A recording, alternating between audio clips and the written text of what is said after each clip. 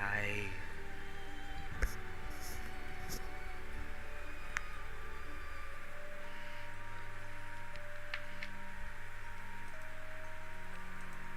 Ah. Riley's here. Hmm.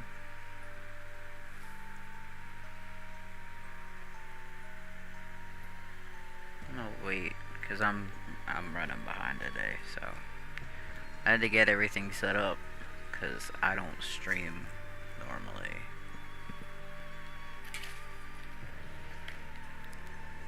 So it took a hot minute to get everything ready. I'm alright.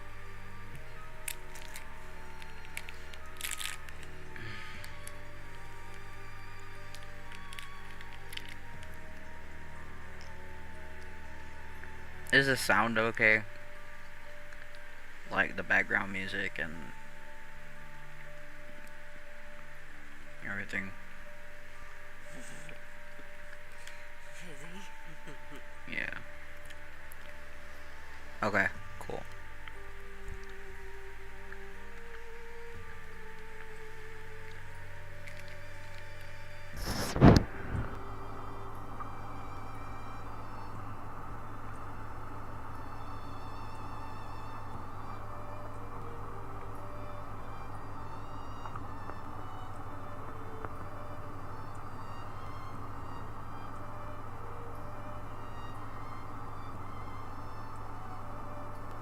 That's good. That was my main concern, was trying to make sure that it balanced out properly.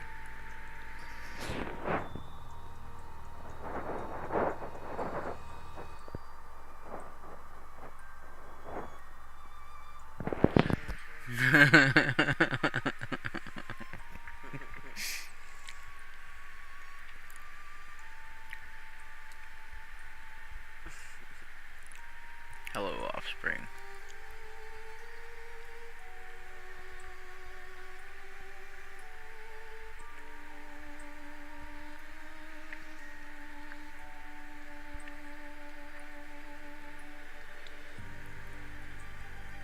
How do you already have a fucking crown?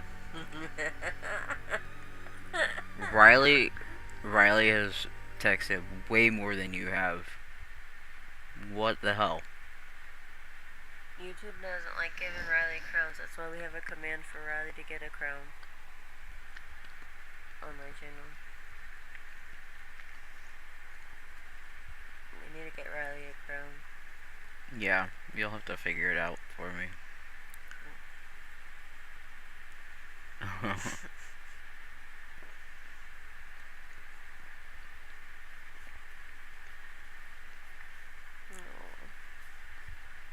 Well, that's good.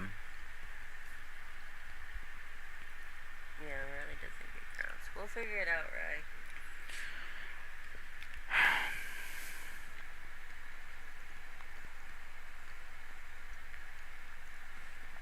True.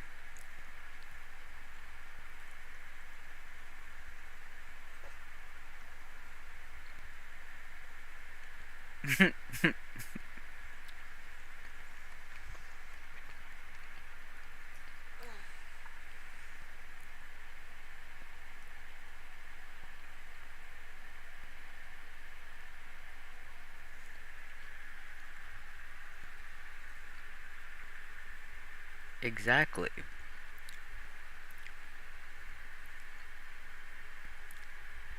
That's what my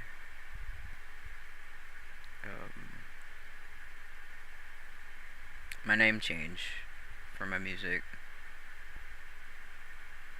That's what it stands for.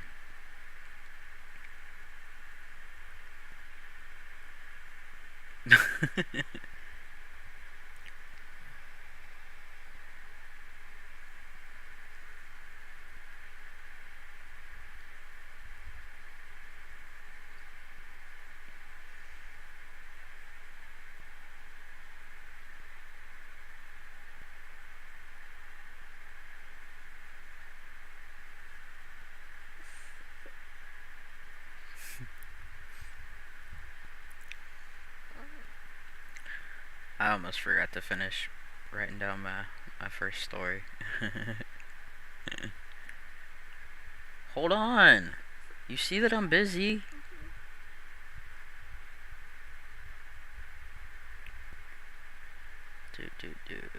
Alright.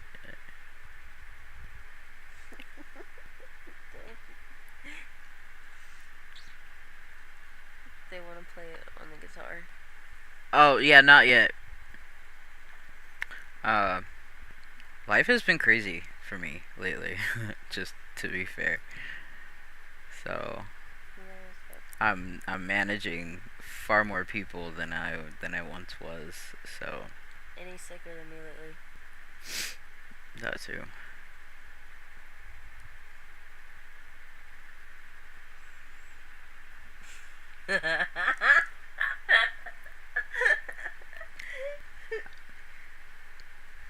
Bro.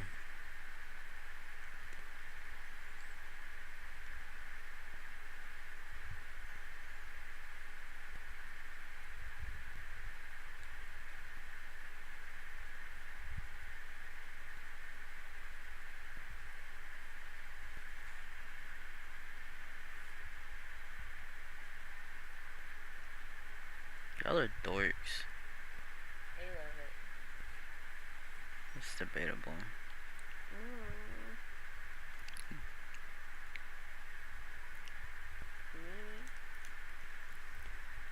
You like it.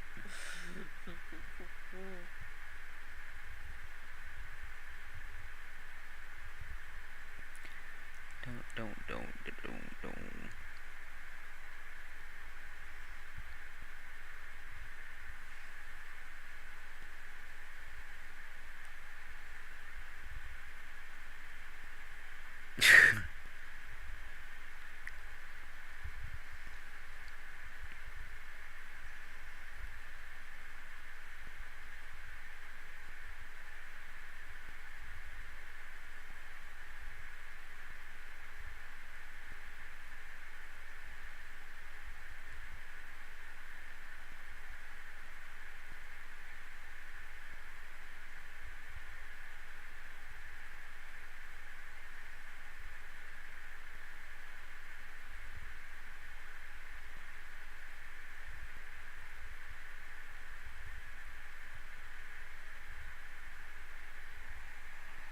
Alright.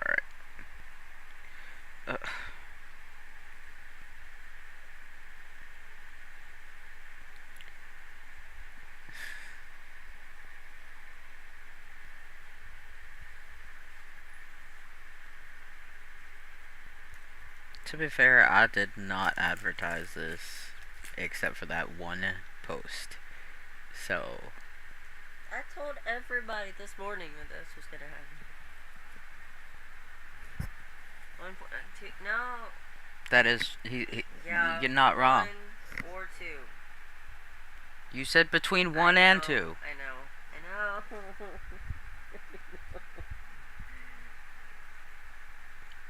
That's on you, man. Actually, 1.5. Right. Joyce is here.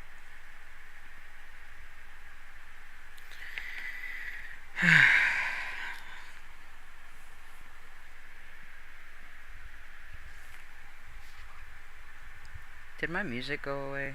I feel like it did. Why is it? Oh my god, why is my...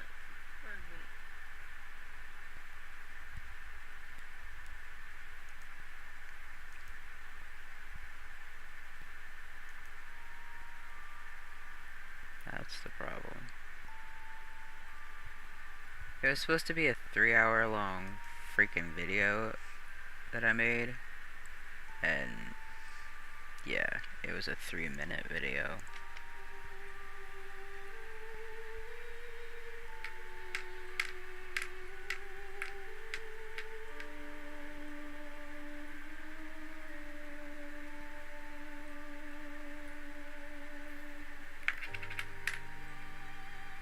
It should be fixed now. I put it on the loop like it's supposed to be.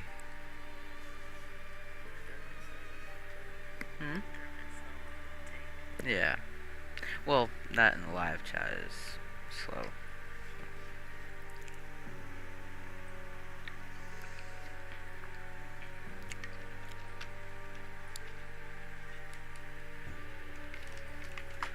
Okay, let's see here. 1, 2, 3, 4. Who's the fifth one?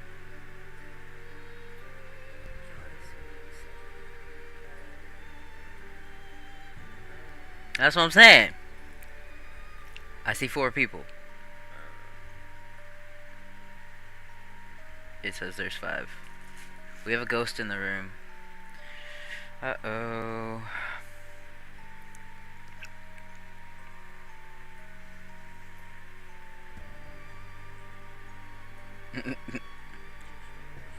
Hmm?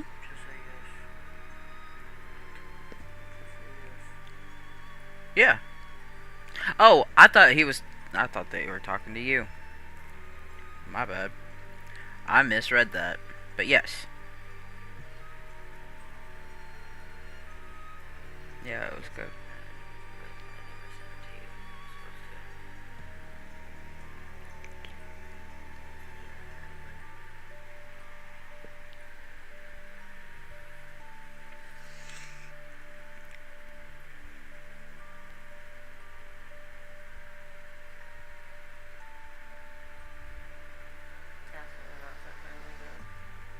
Huh? I didn't hear you.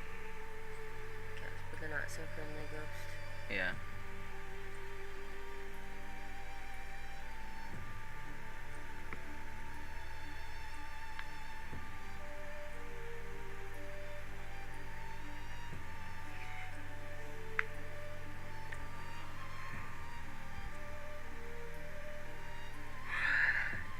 You'd think they would be with as much as they were bugging me yesterday about needing attention.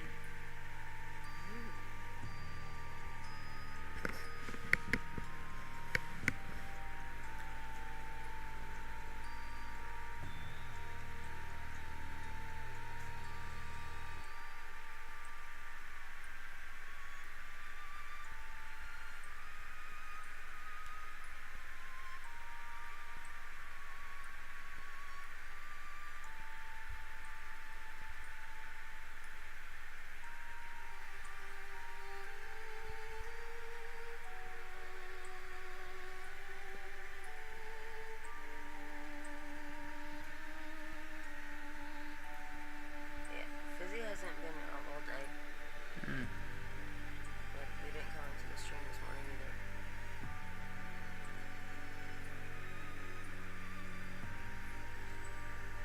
I mean, they were sleep deprived yesterday, from what I understood, so it's entirely possible that they're just passed the fuck out.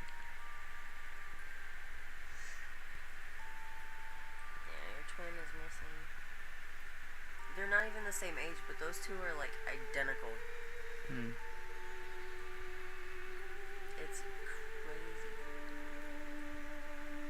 In a good way.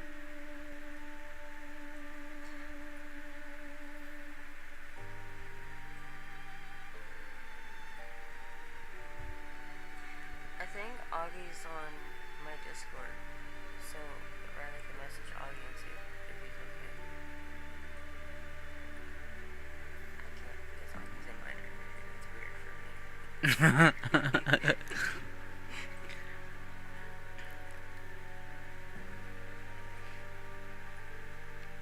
You got the A and the E switched around. Actually, no, you don't. It's just 2 E's.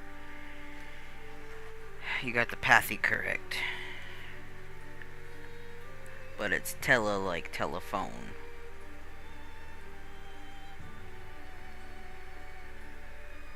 You can bring it on? Okay.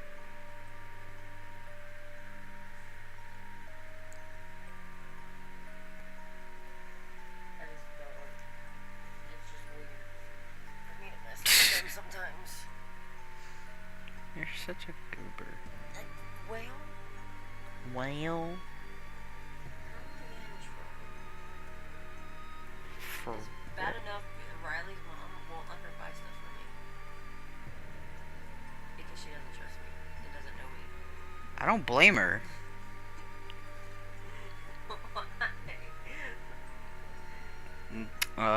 Because minors? It's only the surfers and the blue tiger. It's still weird.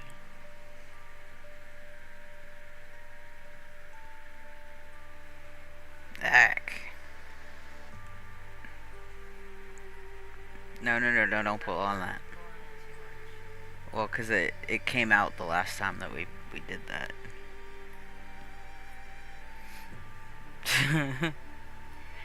He is. It's a normal thing. I tell him every friggin' day, man. Usually multiple times a day. Today it was like 4. Yeah.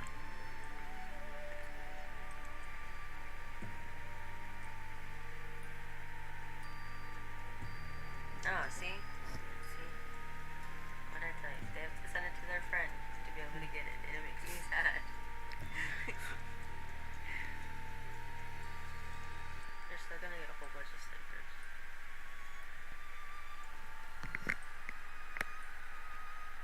A bunch of stickers.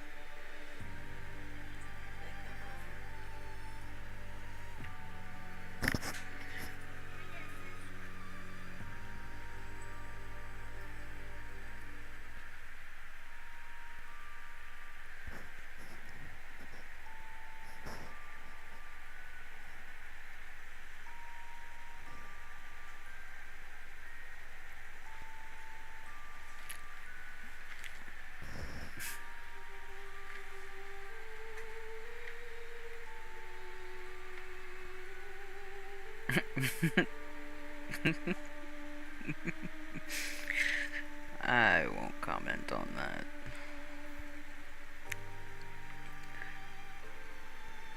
I grew up in a very traumatic household, so. Anyway, I am going to see if this screen works like it's supposed to. It does not.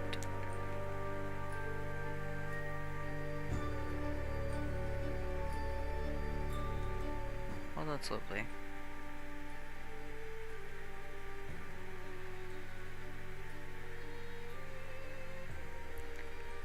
Let's see if I can figure out how to fix it.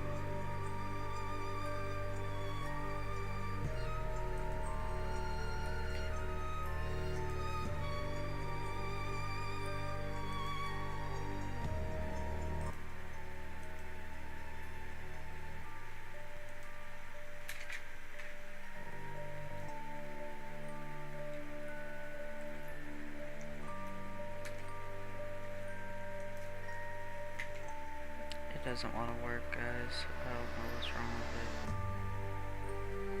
Hold on, maybe that's the problem.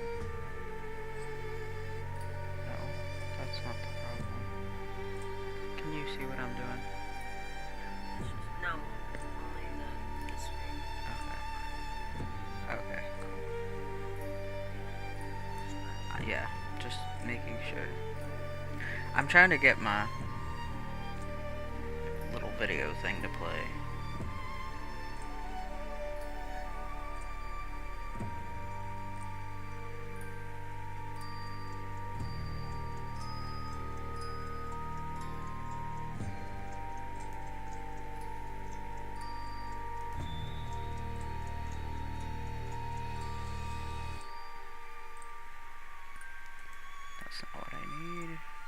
This is what I need.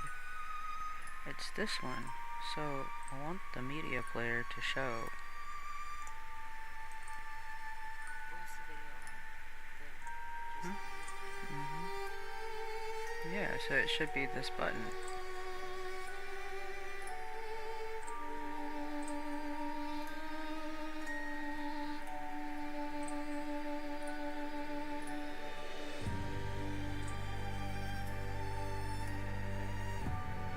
Hey, there they are.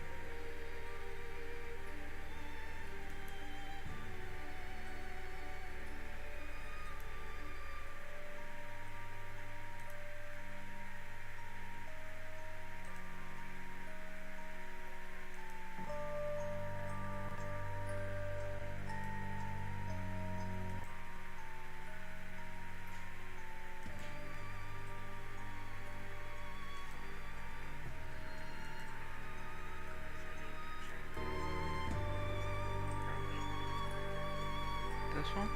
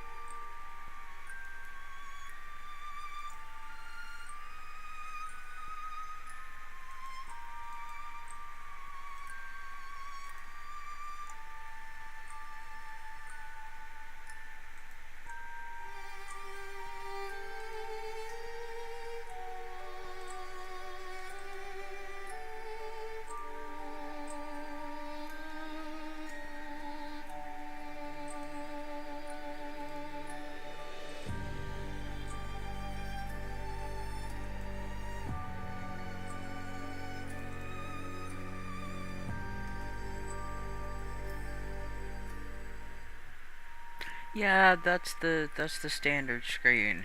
It's not doing what I want it to do though.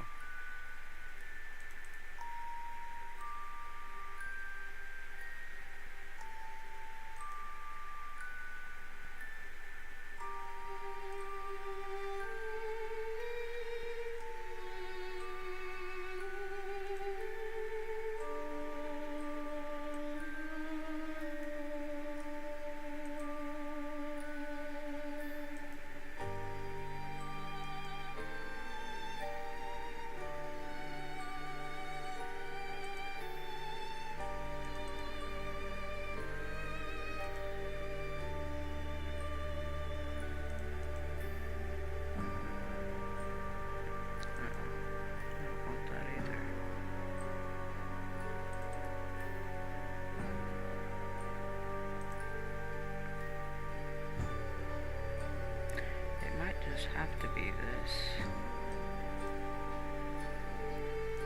This one.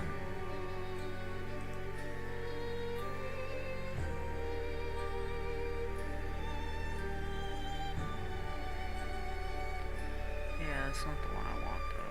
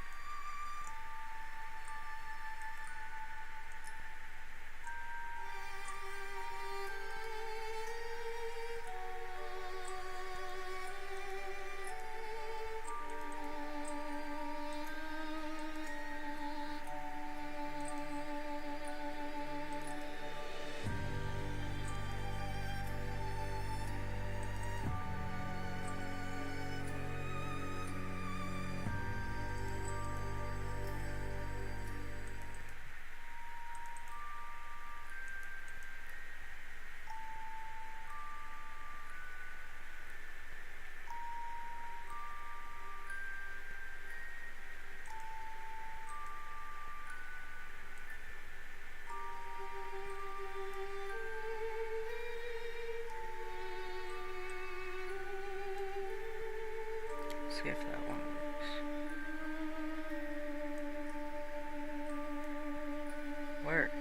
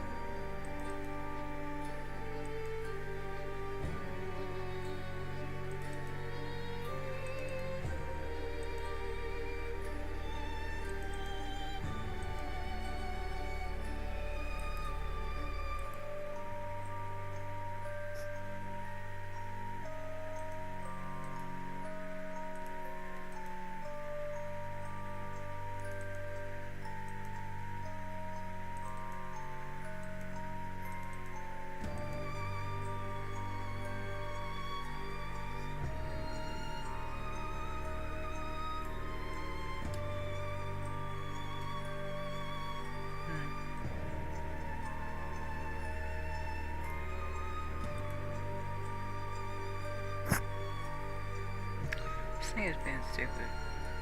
Oh well. I'm not gonna fuck with it anymore. Because it's driving me insane. Hmm.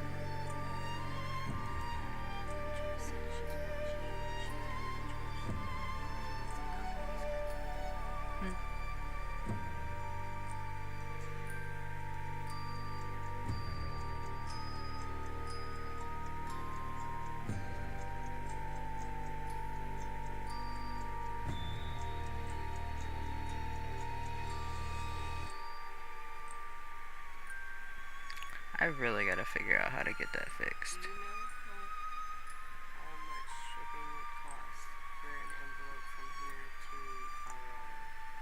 No. Why would I know that? Do I work at the post office? No, but Riley wants to know because she wants to buy the thing, and I told her just to tip it to my, because I took it off the website so nobody else would buy it because it was hers. She's wanted it for like a year now, so we took it off the thing, and I told her just to tip how much however much it was that we decided on to the Streamlabs. So then she asked how much would shipping cost. You would have to ship it first to figure that out. And then she would have to pay you back for it or whatever, if that's the case. Since you're like a small business owner, it's not something that you can do in bulk. So you wouldn't know like standard prices and shit. But I would say it's no more than $5. Because I know for me to get the label from UPS, it would be $11 because it was last time. Yeah.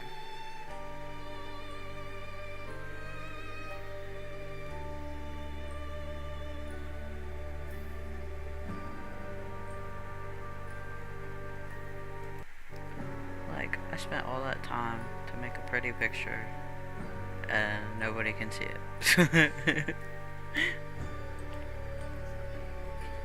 Yeah, I'll get it fixed, but it's just annoying.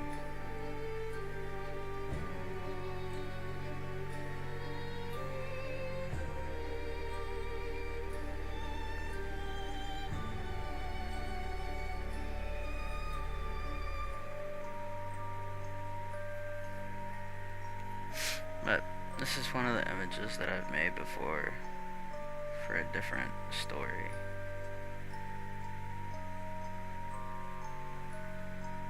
So, boneless ice. My brother calls water that. Because ice is hard and bones are hard, so water is ice. It makes no sense, but it's also kind. They all just go with me. It's fucking weird. Good God.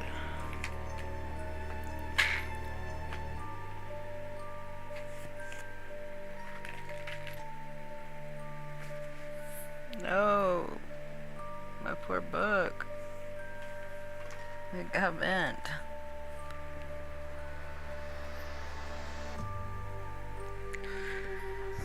I'm hungry again.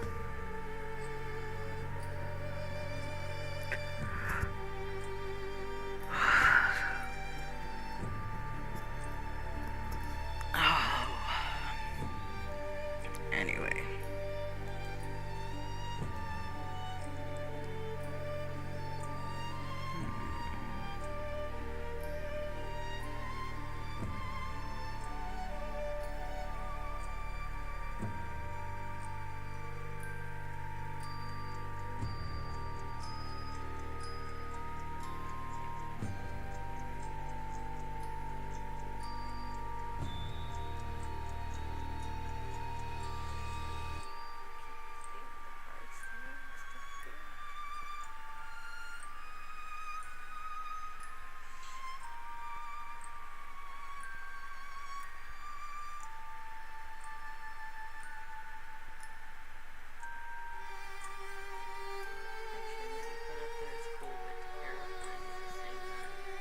Yeah, that was the point. I know, but like unsettling, Yeah. terrifying. I don't remember what I made it for.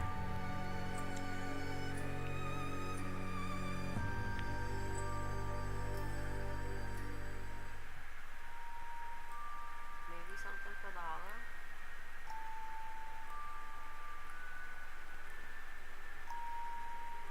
Possibly. I don't fucking remember. My memory is that of an 80-year-old man, alright? I don't fucking remember shit anymore.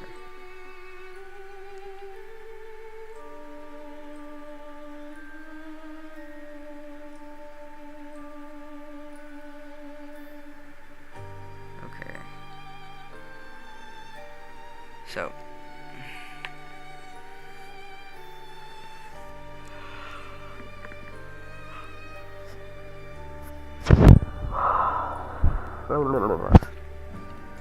Oh,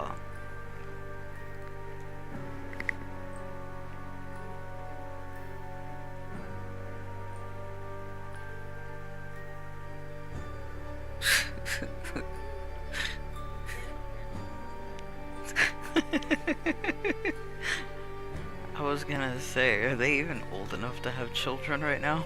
So Finn is 25, but they're Again. adopting their younger sister. Hmm? They're adopting their younger sister. Aw, that's cute. I love shit like that. And the younger sister is like the cutest thing in the world. She's the one that picks out all of my Legos and stuff. Mm.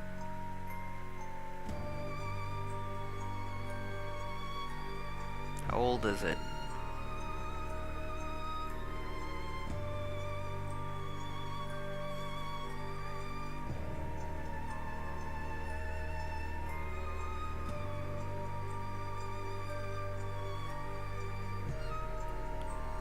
Yeah, I don't recommend. I don't. Honestly, technically I have 3 of them that are like mine, and then I have the lot of youth. Jesus Christ, I don't even know how many of there you are. 8,774.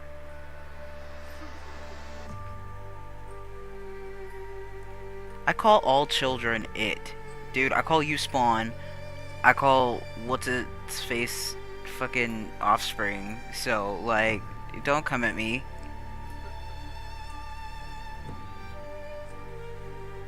There is too many of you. And just FYI, I did not choose that, okay? I got roped into this shit. Because he over here adopted you all. And I'm not an irresponsible father.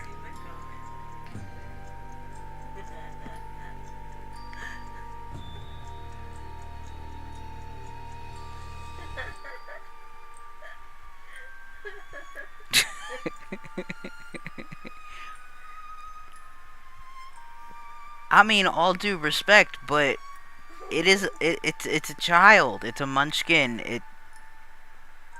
I can't help that. I I mean, I call my youngest a booger. I'm sorry, Ray. Aw. It hates me too, don't worry. They officially split up. They're so apart.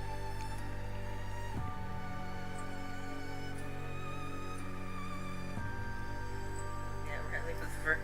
Riley was first. Streamlabs tries.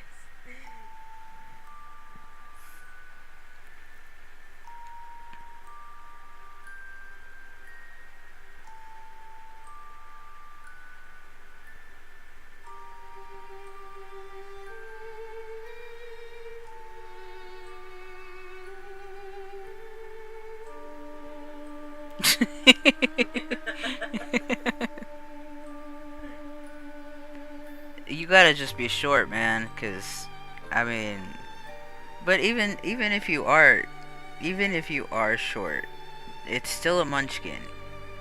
They're all munchkins until they reach the age of 16. Not exactly. That's when they turn into little shits.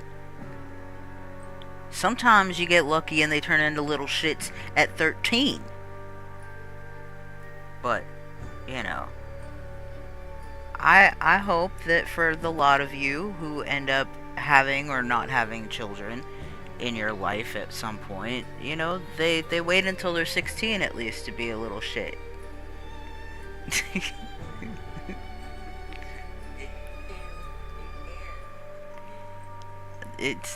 I mean, I'm sorry. I'm sorry, I'm not sorry. Yeah, you're a midget. Oh my god.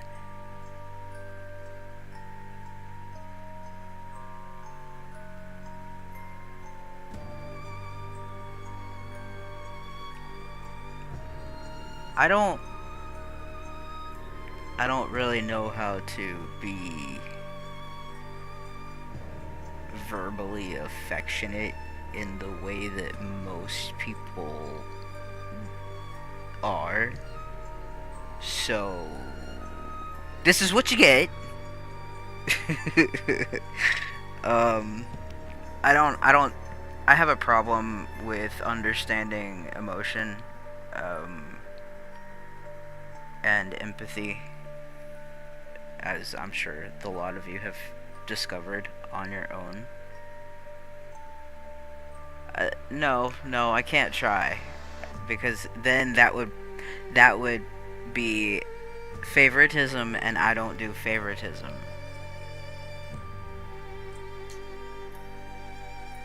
Well, finally got it to work.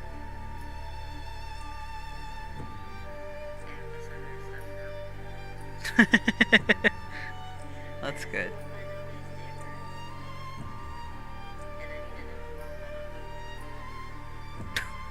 We'll get you an envelope, you dork. Good lord.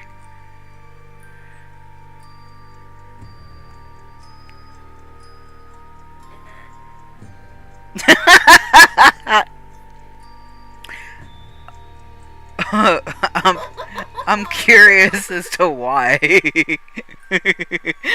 Nobody can control my mouth.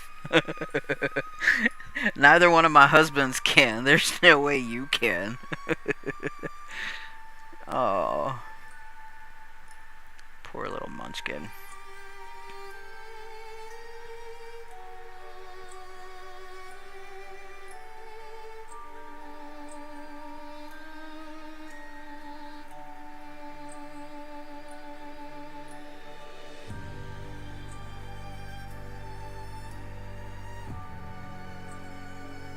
Yeah, they're adorable at that age, truthfully. Like, out of the three kids that I have, two of them I raised from infancy, and then. Oh, that's fucking precious. Yes, Mads.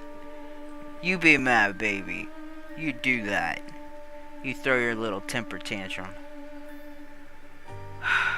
But yeah, anyway, so the two that I raised from infancy, both were,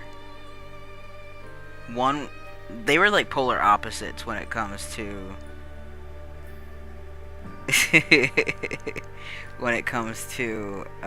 I will encourage her all I like, thank you very much, you are not my boss.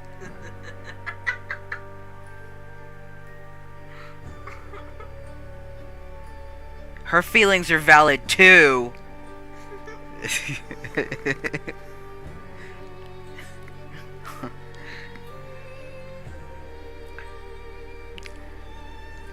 I don't think they noticed, but they got me to call it her.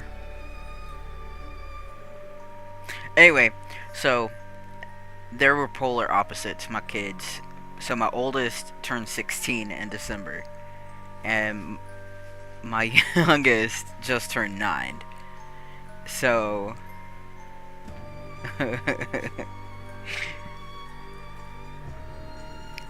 so my oldest was a very calm, but like ADHD chaotic, not like angry chaotic kind of kid, you know. Uh, Whereas my youngest was the exact opposite. Like they were a tiny little terror for the majority of their toddlerhood. It was absolute madness. Which one? When did you last feed her? Okay, feed the feed the snake. I don't care.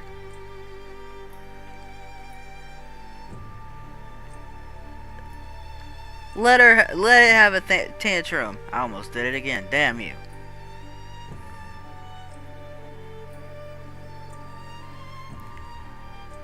They are excellent means for getting out big feelings.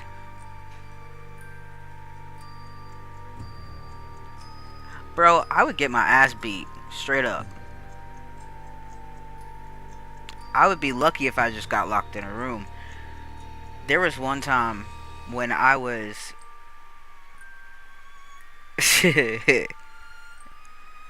there was one time I was, I think, 8, and I had done something, I don't fucking remember what, and I ended up getting put in the corner in timeout with my leg lifted, and I ended up falling asleep there. My dad made me stand there for so fucking long that I passed the fuck out in the corner with my leg raised. I never once dropped it, because if I did, I would get my ass beat.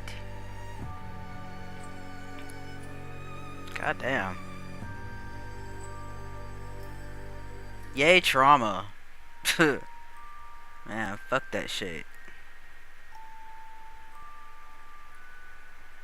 Yeah, I'm one of those, like, I learned how not to be because of the shit that I went through. And now that I am as old as I am, I would absolutely... Yeah, I cut them off, shit, almost 10 years ago now. I haven't spoken to them since. Yay, trauma bonding. But yeah, no, so the album A Gospel of Blood that I put out is my trauma album, right? So for those of you that haven't listened, or those of you that have, the first song is about my mother, the second is about my father. Catharsis is about, that's my favorite song on the album, because it literally is every fucking feeling that I have had towards them put on paper, you know. And I literally would murder them multiple times over in my head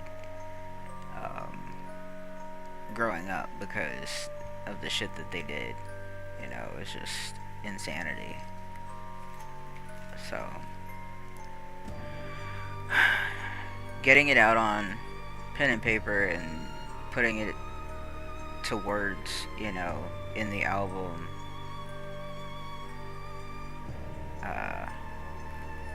was cathartic.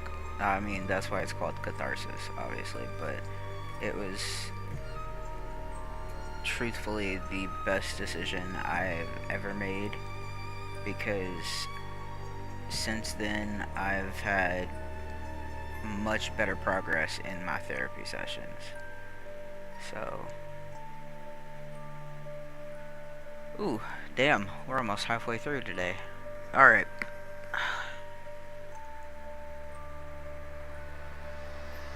Yeah, I don't blame you for that one. I'm lucky if I feel emotion at all.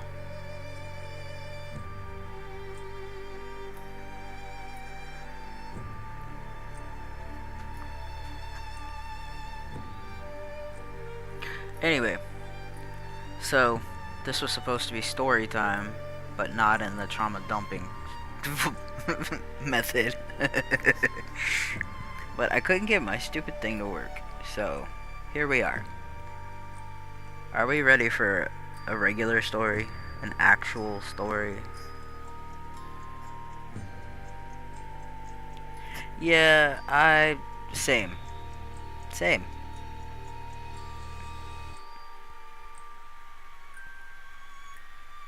Oh no.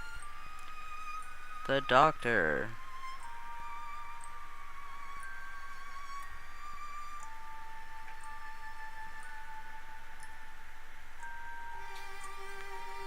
Yeah. Who in this world is not fucked up at this point? Honestly. Truthfully. Like, everybody has got some kind of trauma. It's just... There is no bigger or badder, it's just... Well, I mean... Riley, it's gonna be on my YouTube channel, so you can always go back and listen if you need to. But we'll try to get through this in the next hour. I'll stay on as long as it takes to get through 3 stories. Alright. Now these are all horror stories involving teenagers, because I've realized that a lot of you are teenagers, so here you go. Oh god.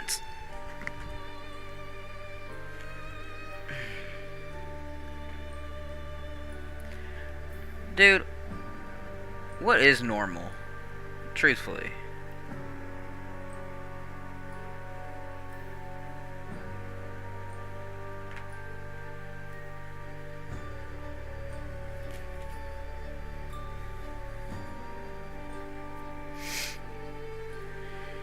Fuck normalcy. Alright. Hey, I said most of you, I didn't say you specifically.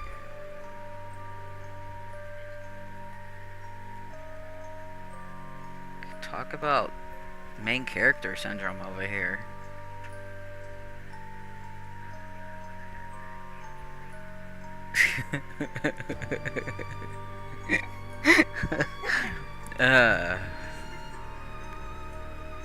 Man, I thought I was the one with the god complex and the...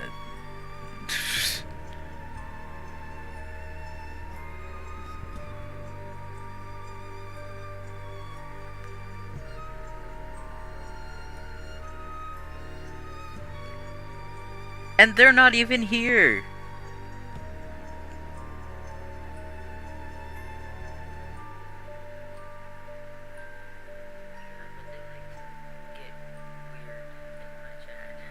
Normalcy is...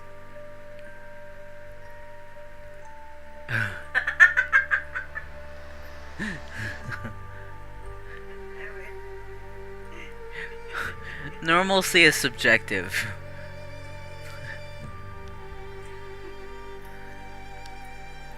It's all good. Hey. Yeah, we can story now. Yeah, because otherwise I'm going to say something that's going to make somebody really butthurt. Anyway. So, the first story that we have for today is a Urbex Asylum first-person horror story. It's called The Patient in Room 213. Part 1. The Dare. I wasn't supposed to go alone. That was the deal. We talked about it for weeks. Me, Lex, and Denny. Scoping the fence line, sharing maps, drone shots, floor plans scraped off old forums. They called it Old Belridge, the asylum. Shut down since the fire in '93, supposedly condemned, but we knew better. Urbex site said the back east wing still had power. Lights flickered at night sometimes. A YouTuber went live from inside once, but the footage cut out halfway through. He never posted again. That's what made it perfect. We weren't thrill junkies, not really. I mean, we were all just bored, burned out on small town loops and looking for something else. Something haunted, something real. Not that I believe in ghosts, but I did believe in silence, in peeling wallpaper, in halls with no windows where your footsteps sound too loud to be yours. I like the echo of those places, the hum of forgotten rooms. So when Lex bailed last minute, family emergency, and Denny's mom confiscated his keys, I went anyway, solo. Midnight, storm overhead. Perfect setting, right? The fence was easier than expected. Barbed wire, but sagging. One good jump and I was in. Mud sucked at my boots as I crossed the overgrown courtyard. The air felt heavy, almost thick, like it hadn't moved in years. Pulled my scarf up over my nose, not that it helped. The whole place smelled like burnt plastic and piss. I slipped in through a broken panel behind the boiler wing. Flashlight out, phone set to silent. My heart was thudding like a bass drum in my chest. But it wasn't fear, not yet. It was something else, like anticipation. Like whatever was in there had been waiting for me. I walked for a while, took pictures, tiled corridors with rusted wheelchairs, nurses' stations filled with waterlogged folders, the usual decay. But then, I found a hallway that didn't match the blueprints. It wasn't on any of the maps we downloaded. It branched off the old pediatric wing. A corridor sealed with a metal door, slightly ajar. No graffiti, no signs of weathering. The tile was clean. Too clean. I should have turned back. Instead, I went in. The hallway narrowed. No windows. The light from my phone bounced off tile walls that curved like a throat. It was silent. Too silent. Like the whole world had held its breath the second I stepped inside. At the end, there was a door. A plain, wide door with a brass knob. There was no lock on it, but it felt locked, or like it should have been. I turned the knob. It opened smoothly, and inside was a child's bedroom. Not a hospital room, a bedroom. Like from a catalog. Like someone had pressed pause on 1993 and shut the door. Stuffed animals on the shelves, glow-in-the-dark stars on the ceiling. A twin bed with a dinosaur blanket, perfectly made. Crayon drawings taped to the walls. Bright colors, stick figures. One of them showed a house with smoke coming out of it. One showed a fire. One showed people holding hands. There was a name on all the drawings. A first name. My name. I laughed at first. Nervous. Stupid. A coincidence. Maybe a kid had the same name. Maybe some explorer before me had faked this room. A hoax. But then I saw the cassette recorder on the desk, and I pressed play.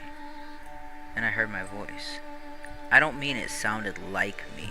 I mean it was me. Same cadence, same breathing ticks, same pitch.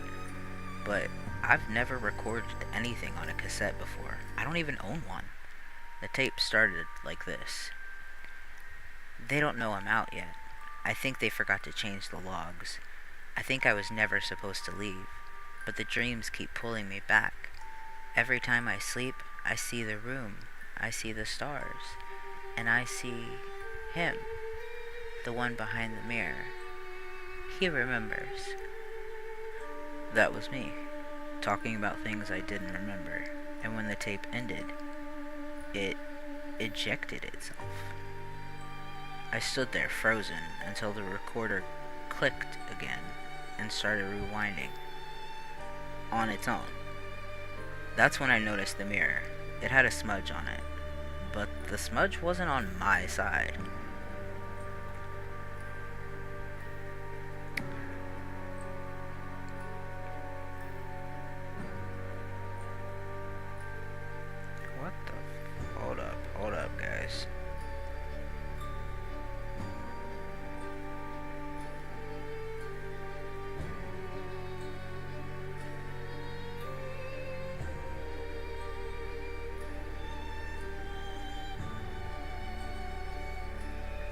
My stories got mixed up. There it is.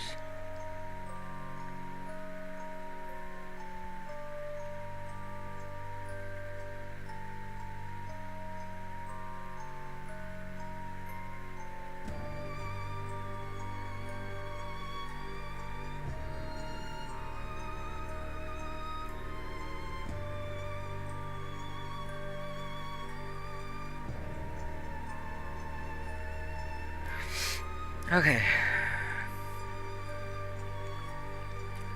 Sorry. Copy and pasted an extra spot from the other story. And it confused me.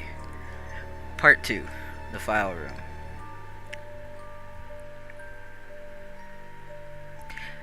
Yeah.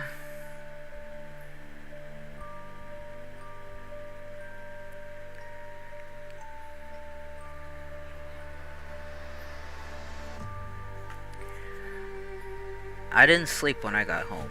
I sat on my floor with the lights on, and the cassette in front of me like it might get up and say something else. I didn't tell Lex or Denny what I found. I didn't post anything. I deleted the photos from my phone. Not because they scared me, but because they didn't look right. The colors were too bright, the lines too straight, like the room wasn't just preserved, but preserving me back. The next night, I dreamed I was standing in that hallway again, only this time, the walls weren't tiled, they were padded. And I was banging my fists on a door. Not to get in, to get out. I told myself it was just a dream. Sleep deprivation. Weird lighting. But I still went back. It was like something was unfinished. Not calling me. Not exactly.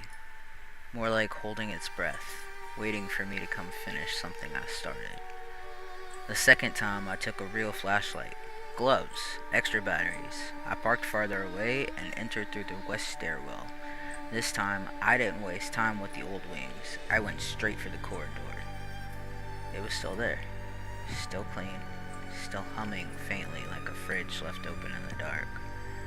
But the bedroom door was gone. Just a wall. Fresh plaster. No knob, no seams, like the room had never existed at all. But something told me it hadn't vanished. Just moved. That's when I found the records room. It was deeper underground, past a sealed door with a rusted keypad and a broken exit sign that buzzed like a dying insect. The file room smelled like mildew and antiseptic. Cabinets lined the walls, each labeled with code numbers and faded departments. PSY for psychiatric, ECT for electrotherapy, pediatrics. I wasn't looking for anything in particular until I saw it. Echotherapy. Terminated cases. The drawer screeched when I opened it. Inside, dozens of files, each with a red wax stamp. A circle with 2 vertical lines inside, like a crude pause button. Every case had a name, a photo, and a small cassette envelope stapled to the back. And halfway through the drawer, there it was. My name, my face, my file. But the name below the photo wasn't just mine. It was mine. Twice. Like I had been admitted. Again. The intake form read, Patient 213B. Name, redacted. Age at readmission, 17. Diagnosis, cognitive loop trauma, echo retention. Notes. Patient displays strong attachment to fabricated identity formed during escape. Still believes he is external to the program. Response to room conditioning. Elevated. Memory bleed increasing. Recommend second flush. There was a sticky note over my photo. Just 2 words in red pen. He returned. I felt sick. The air was spinning. I dropped the file, the cassette tape slid out of the envelope and clattered to the floor. I shouldn't have played it, but of course I did. Same voice, my voice. But this time it sounded weaker, like something underwater. If you're hearing this, they didn't wipe you clean. Not all the way. That's good. That means there's still a way out. But listen, don't trust the mirrors. Don't listen to the voices that sound like you. That's the program folding in. That's how they reboot the room. That's how they lock you back in. The tape ended with 3 sharp knocks, like someone knocking on a door from the inside.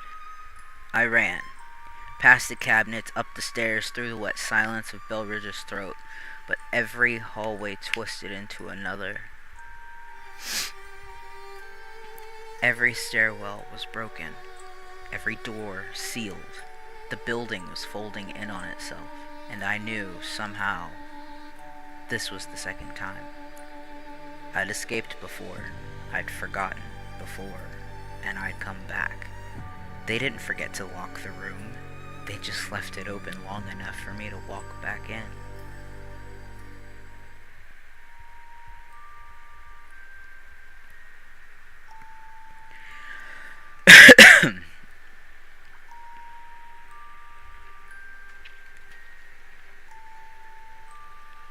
Uh-huh. Yeah. This is white people behavior.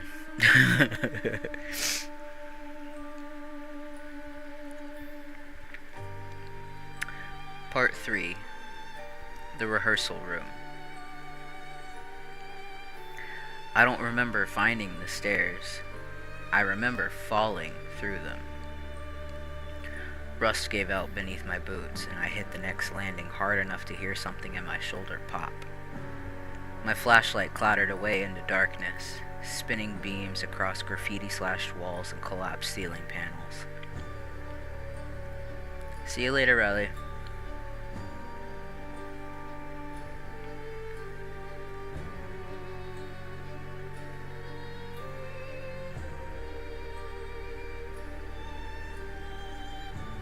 When it stopped rolling, I saw my own face staring back at me from a shattered mirror in the corner. Except it wasn't broken when I landed, and I didn't remember it being there before. I pushed myself up, coughing through dust. The mirror hummed faintly, like it was wired into the walls. And when I stepped closer, the glass didn't just reflect me. It delayed me. I moved, and half a second later my reflection caught up. Then it spoke. "You were good the first time," it said, my lips moving a beat after the sound. "But the program needs you to do it again. Do it right. Stay this time." I stumbled back, my boots sliding over damp concrete. My reflection didn't move. It leaned closer, pressing hands against its side of the glass. Blood smeared across its fingertips. My fingertips, even though mine were clean. "You ran," it hissed. "That's why they had to take everything. Why they made you 16 again. Why they dressed you in someone else's skin." I shouted at it, asked what the hell this place was, who was running it, what they'd done to me. The mirror smiled, and the hallway changed. The walls behind me groaned and split open like sliding stage panels. Bright light poured through, sterile and buzzing. The stench of bleach hit my throat. And there it was. A living room. My living room. The exact layout of my house, down to the torn couch cushion and TV stand covered in snack wrappers. Only it wasn't mine. It was too clean, too perfect. Like a movie set. Like someone built it from memory. My phone buzzed in my pocket. No signal. Just one new message. Rehearsal starting. I stepped inside, shaking. The furniture was bolted to the floor. The windows were screens looping fake sunsets. There was no front door, just blank drywall where it should have been. And then the voices started. From the kitchen, my dad's laugh. Warm, low, the kind I hadn't heard since the car crash. From the hallway, my little sister singing off key the way she used to. From the bathroom, the sound of water running, a mother's hum I barely remembered. None of them were alive anymore. I walked to the hallway and saw shadows moving under the door to what should have been my bedroom. Small shadows, child-sized. I opened the door. Inside wasn't my room. It was room 213. The dinosaur blanket, the glow-in-the-dark stars, the cassette deck on the desk. And this time, there were 2 beds. One perfectly made, one covered in straps. On the wall above them, written in thick black paint, "Do it again." The cassette clicked, rewound, played by itself. "This is where they broke you," my voice said from the speaker.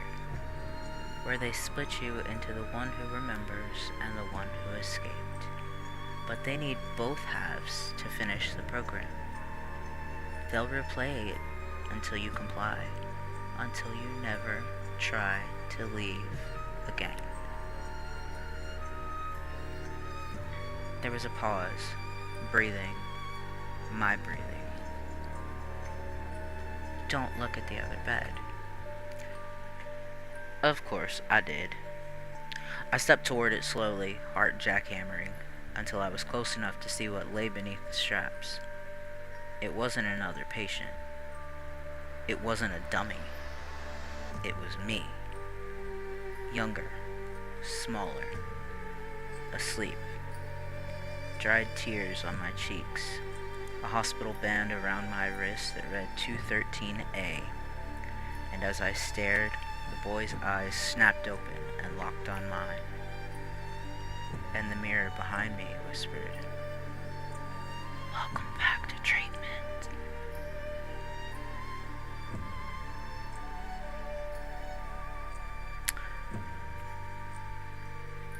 Part 4. The treatment. I don't remember leaving the rehearsal room. Maybe I never did. One second, I was staring at the boy strapped to the bed, at myself. And the next, I was back in the hallway, or what looked like a hallway. The floor was padded now, soft under my boots. My shadow lagged behind me like an old video buffering. When I turned corners, sometimes I caught up to it, and sometimes it walked away without me. Every door led somewhere else. Everywhere smelled like bleach and copper, and every mirror whispered the same phrase, "Not ready yet." I tried to text Lex, but my phone screen only displayed patient notes. Session 12, resistance high, memory loop unstable. Session 13, subject split, hallucinations successful. Session 14, reality framework collapsing, prepare flush. I dropped the phone. The screen cracked, bleeding static and faint laughter that sounded like mine when I was 6. Then came the hallucinations. It started with voices echoing down the corridors. Denny's laugh, Lex calling my name. But when I ran toward them, they blurred into screams and giggles, then nothing. Rooms changed shape when I blinked. I'd step into a nurse's station and it would melt into a playground, the swing chains clinking even though there was no wind. The walls would breathe, stretch, and snap back like elastic. Sometimes I felt hands on me, small hands tugging at my sleeves, a voice whispering in my ear, "Don't leave me again." But when I turned, there was only empty space and faint shoe prints leading back to room 213. Sleep became impossible, not because I wasn't tired, because every time my eyes closed, reality rewound. I'd wake up strapped to the smaller bed. Other times I'd wake up standing at the gate outside Belridge like I'd never gone in. Once I woke up sitting cross-legged in the asylum courtyard, eating a sandwich I didn't remember packing, watching the building breathe. And each time, a voice, my voice, narrated it all from somewhere behind my skull, like I was watching a movie I couldn't pause. Treatment progressing. Subject accepting containment. Reality distortion at 78%. I tried screaming. I tried smashing mirrors, tearing through plaster, clawing at doors, but every door just opened into another version of the same place. Another me. Sometimes younger, sometimes older, sometimes with no face at all. Just an empty space where mine should have been. And they all said the same thing, like a chorus, in perfect unison. We left once. That's why they made so many of us. You'll never leave again. The line between me and them started to rot. I couldn't tell which memories were mine anymore. Was I 17? 12? 40? Had I escaped years ago, or had I never left? I started talking to the boy in the strapped bed like he was my brother, but I knew he wasn't. I knew because he spoke without moving his lips. You're the treatment. I'm the patient. But they made you think you were free. That's how they keep you here. The last thing I remember before blacking out was sitting in the hallway, rocking back and forth, whispering my own name until it didn't sound like a word anymore.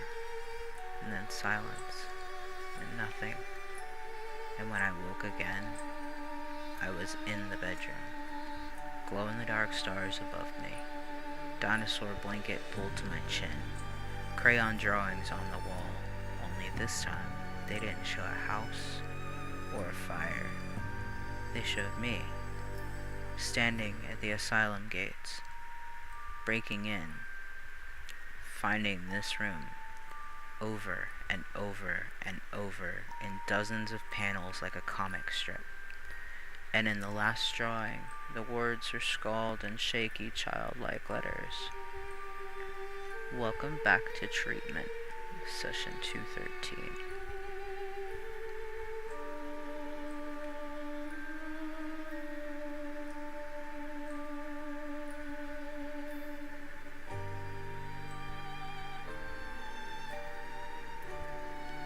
Part 5. Exit interview. I woke up to sunlight. Real, golden sunlight streaming through blinds. The air smelled like coffee. My phone buzzed with messages. A dog barked outside. Birds sang. I was in my bedroom. My actual bedroom. No stars on the ceiling, no cassette deck, no dinosaur blanket. Just the usual. Cracked phone charger, empty cans, one shoe under the desk, and my hoodie from the Belridge night crumpled on the floor, still damp. I sat up slowly. My heart was thudding, but nothing felt wrong.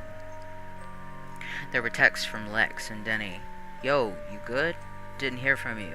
You bail on the asylum thing? Did you chicken out? LMAO. It's all good, let's hit it next weekend. Full squad this time. No mention of me going. No mention of the room. No mention of what I remembered. What I think I remembered. I told myself it was a dream. Stress. A breakdown. Sleep deprivation, urban decay, maybe mold hallucinations. I told myself a lot of things, but when I opened my closet, my heart stopped. Because hanging there, between jackets I hadn't worn in years, was a hospital gown, size small, name tag stapled to the collar, patient 213A, and written in Sharpie across the chest, don't trust the first exit. I backed away and stepped on something soft. It was a teddy bear. I don't own a teddy bear, but I remembered one from the room, from before, from when I was small and screaming and strapped down and begging not to forget my own name. I turned on the lights. The glow-in-the-dark stars flickered in the ceiling. I hadn't put them there. I never had. There were drawings taped to my wall. I didn't draw them. Each one showed a house, a fire, me. But the last one was different. It showed a mirror and someone watching me from inside it. My phone buzzed again. Unknown caller. No number. Just one word. Exit. I answered. No one spoke, but I heard myself breathing from the other end. Just like the cassette, just like the mirror. Then I heard myself whisper, "You did so well this time. You almost believed it. Wanna try again?" The world around me shimmered. The walls pulsed like lungs. The windows blinked. The mirror across the room grinned, and then my voice, but not from the phone, from the TV, the ceiling vent, the corners of my own mind. Subject accepted fabricated reintegration. False reality successfully deployed. Ready to resume treatment. Loop commencing in 3, 2, 1. I blinked, and I was standing in front of Belridge again. Overgrown fence, rusted gate, camera in my backpack, phone buzzing. Denny's voice in the text. "You sure about this, man? Urbex alone? We'll come next weekend." And I was already walking, already smiling, already thinking.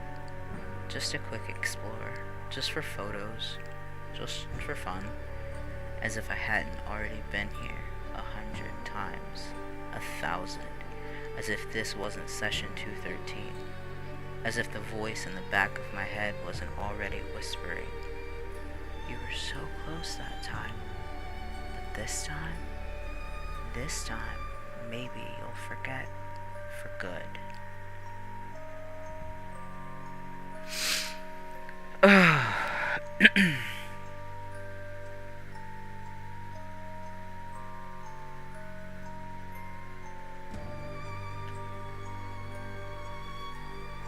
Dun dun dun.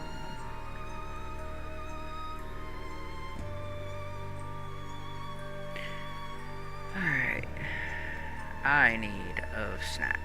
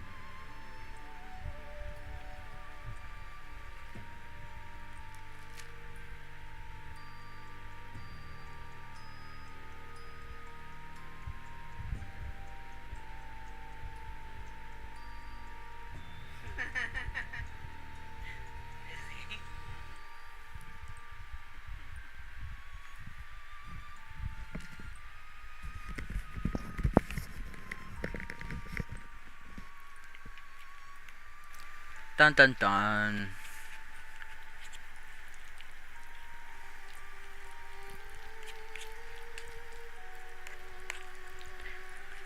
Also, yes, thank you for subbing, Joyce. Be careful.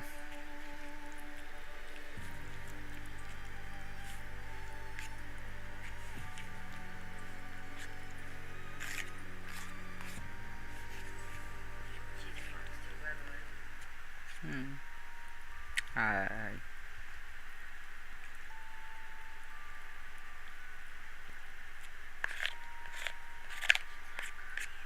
Hmm.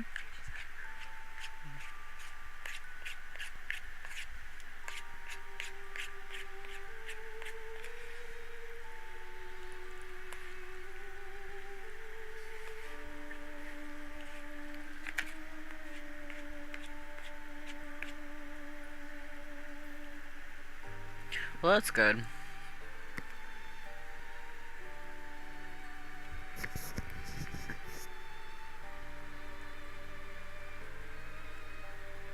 You're not gonna feel better tonight.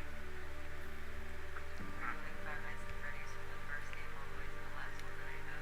Oh Lord. They don't like the jump scares. I can't say I blame him.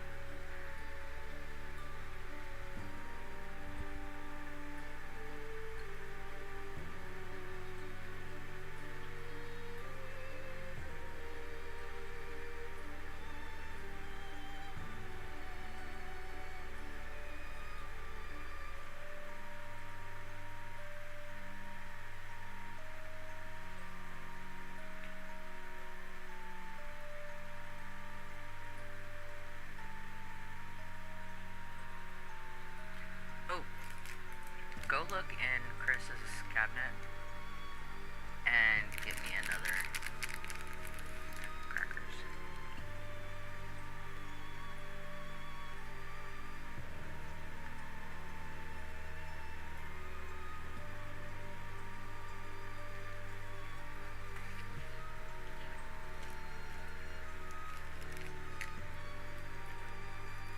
Alright. The next one is kind of short.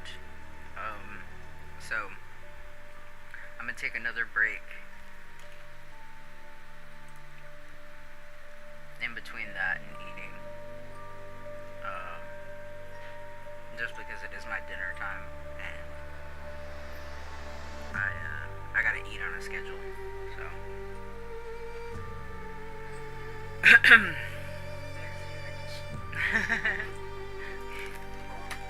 careful, don't die. Alright. The next one is called Mom's New Voice. I think I'm gonna retitle it though, just because I don't really like the way that I don't really think that that's appropriate. I've been back.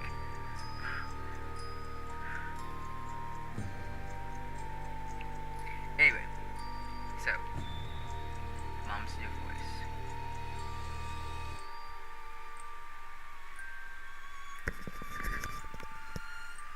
I don't remember praying for her to live. When she had the seizure on the kitchen floor, when the ambulance carried her away, when they told me her heart had stopped for almost 2 minutes, I didn't pray. I just sat in that hospital chair and stared at the clock, wondering if losing her would feel as heavy as losing Dad did. When she woke up, the doctors called it a miracle. But it wasn't Mom who came back. The first week home, I told myself it was trauma. She forgot things. My favorite food, my birthday, even my name once. She smiled wrong, too wide, held hugs too long, and her voice, it didn't just sound different, it came from places it shouldn't. From vents, from walls, from the silence between words. The night I heard her humming in my closet while she snored on the couch downstairs, I knew something was wrong. I didn't confront her. I watched. I stayed awake while she thought I was sleeping. I followed her at night when she wandered into the yard, barefoot, speaking to the trees. I saw her kneel in the dirt, claw her hands bloody, pull something slick and writhing from the earth, and whisper to it like it was a baby. I watched her reflection in mirrors move a half second too late. I watched her face flicker like a mask slipping, revealing something black and glistening underneath. And yet, she was kind. Kinder than Mom had ever been. The old Mom, she loved me, I think, but her love was sharp, controlling, always wanting me to be quieter, better, someone else. This Mom, whatever it is, it holds me like it understands me.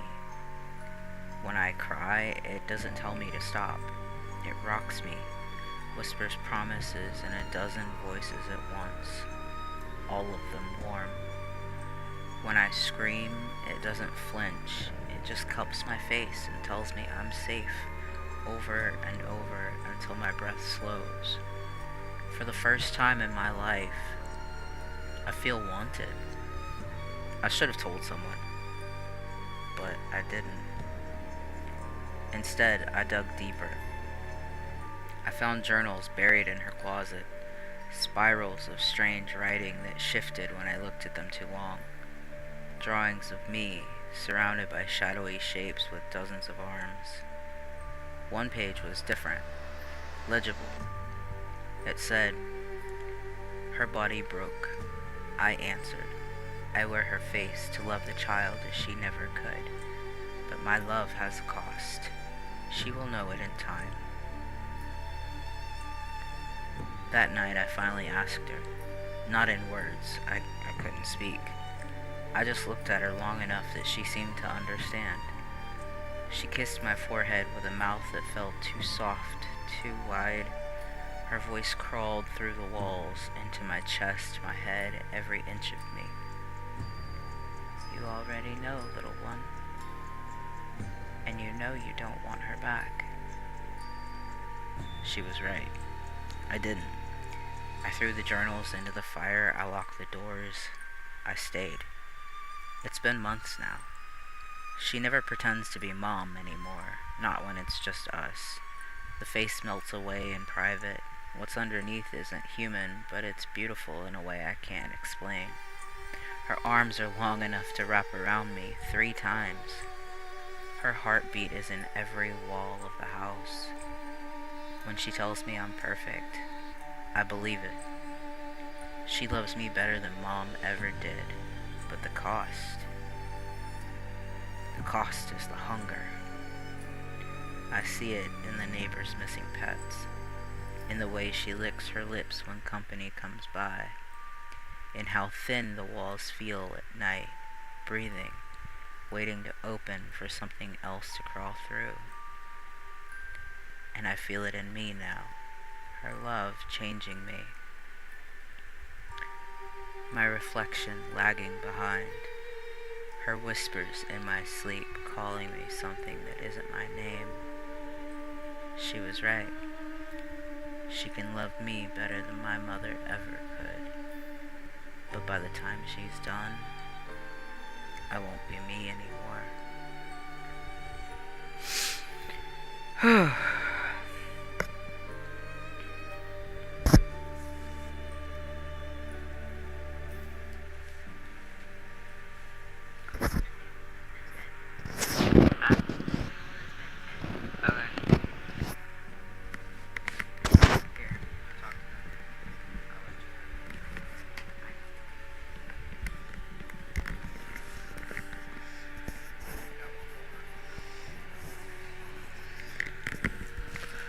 Okay. Hi, Fizzy.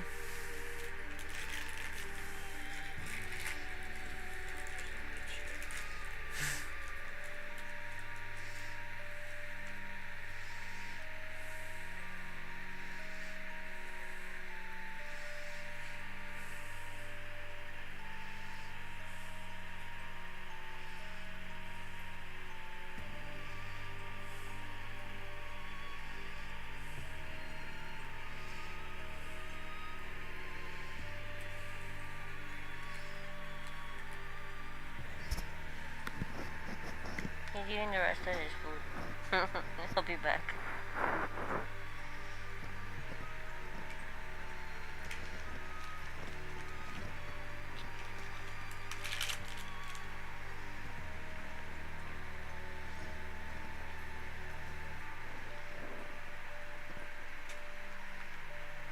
Yes, you are.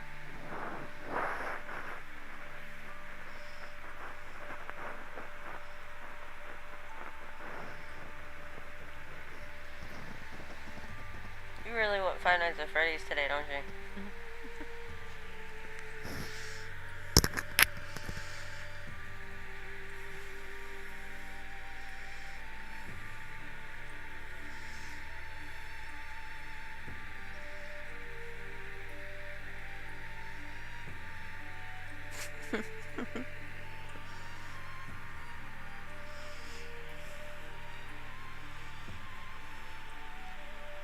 Yeah, okay. We'll do Five Nights at Freddy's tonight.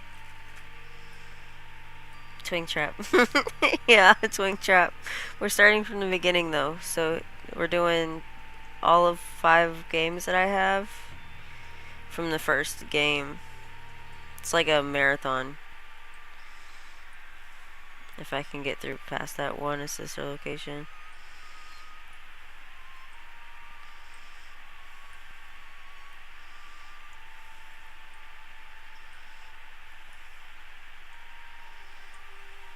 You're welcome.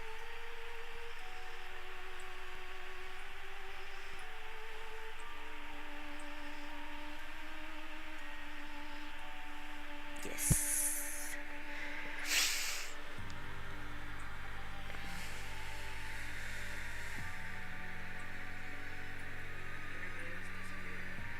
I don't know.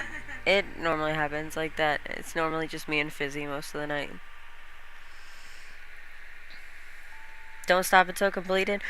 I might have to stop until completed before there's 5 games. Yeah, that look that I just got. Gonna,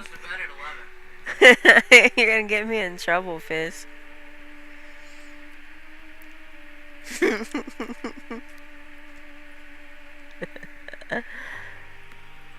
He's gonna feed me to the snake.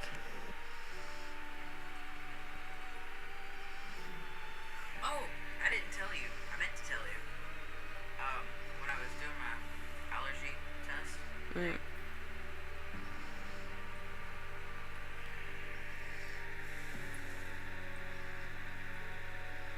test. Fizzy, stop. Calm down. They're trying to sacrifice me again. No, so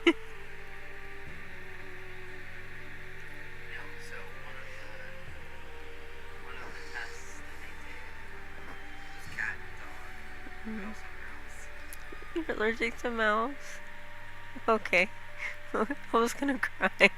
Like I felt it. No, I meant to tell you. That was one of the things they tested for, and it came back negative. I'm not allergic to any of them. Any furry animal. Apparently, I'm allowed to have all the furry animals. I'm just allergic to the outside.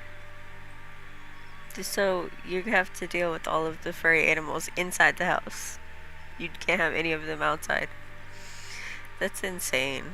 You would you would bust a blood vessel. Yeah, Fizzy, you keep trying to sacrifice me. We're playing Sims.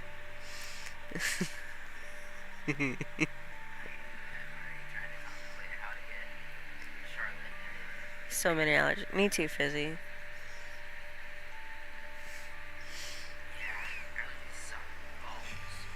Yeah, they do. Did I take my meds this morning? You better have took your meds this morning. I think I took my meds this morning. I could swear I literally asked if y'all took your meds this morning. He doesn't take his meds in the morning. Well, I know he don't.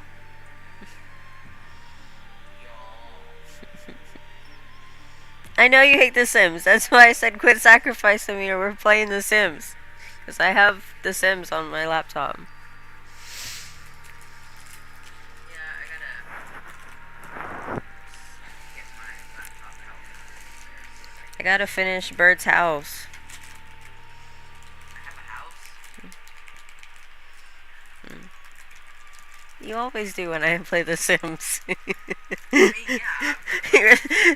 Even when I get start with the starter house, I'll just automatically start building your house.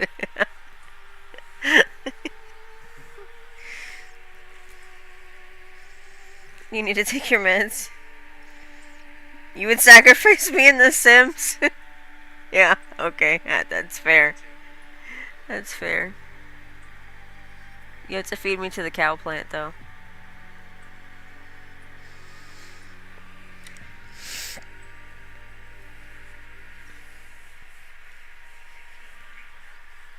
Mm.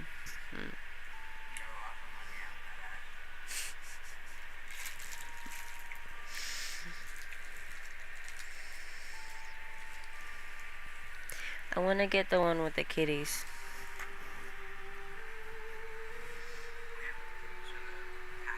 The pack with the kitties.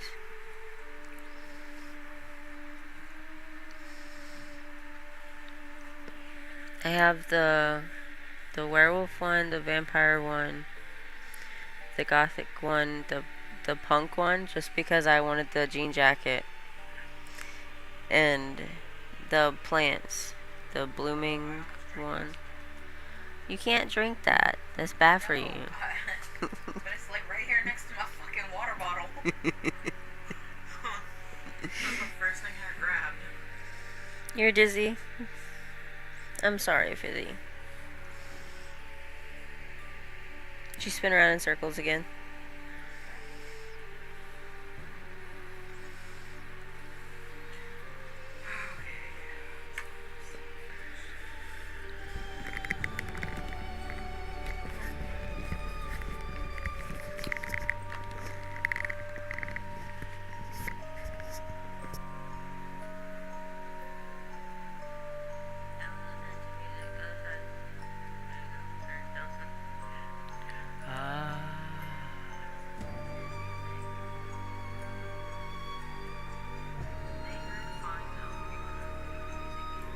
Huh?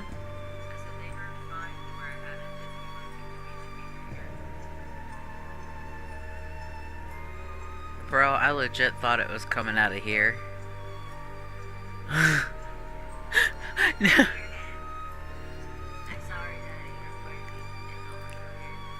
That's okay. Alright. I think this is gonna be my favorite story out of the three of them. It's also the longest.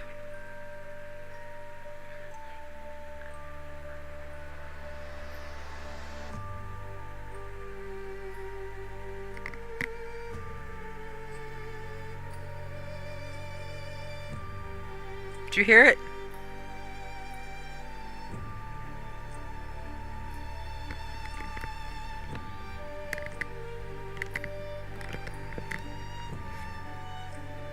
Must have been my jacket rubbing against it. No, it was like a whispering kind of.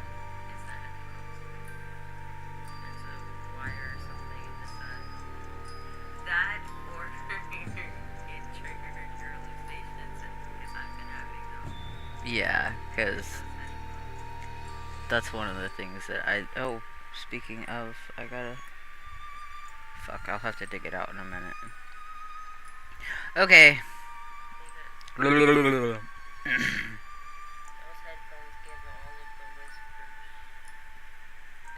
Yeah, my hallucinations are not great. What are you talking about?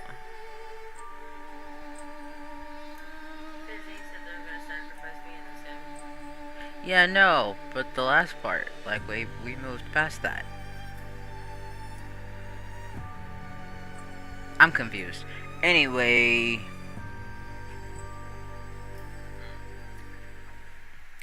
This last one is also about teenage stupidity. Because somebody decides that they wanted to be reenacting the movie The Craft. And throw in a little of The Conjuring while we're at it.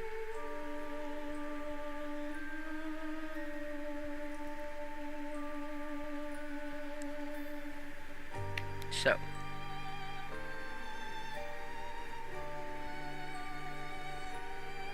Busy's also confused. They're just yapping. Okay.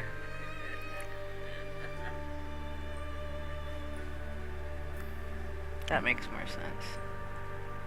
Out of all of them, Busy's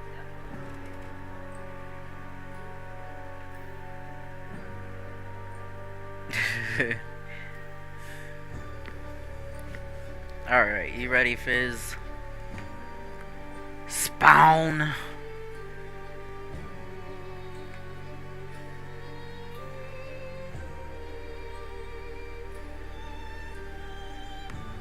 Huh? Okay, leave her alone. She'll get it.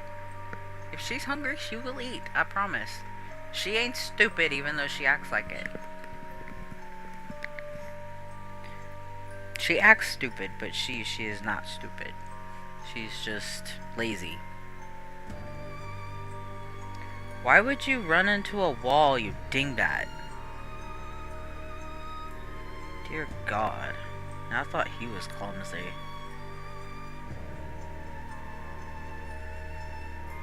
Anyway, are you ready for another story? Because I am like 5 minutes away from when I said I was going to be done, and I'm not done. But I totally can be if you don't want the third story.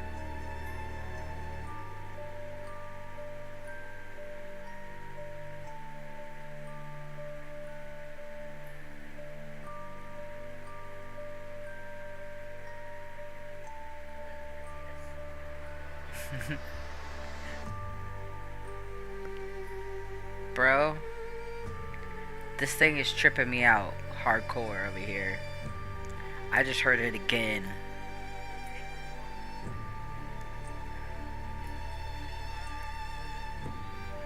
No, because then it'll be all funky.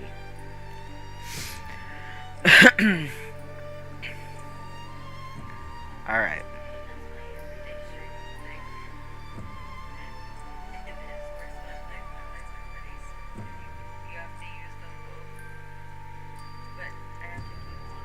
No, yeah, it feels like it's like rushing right past my ear. Yes, ghosts. There are ghosts in the headphones. It's got my headphones, Busy. I'm using Jaden's headphones because my other husband's headphones don't. I couldn't find the microphone connection. Anyway, this one is called Sealed in Blood.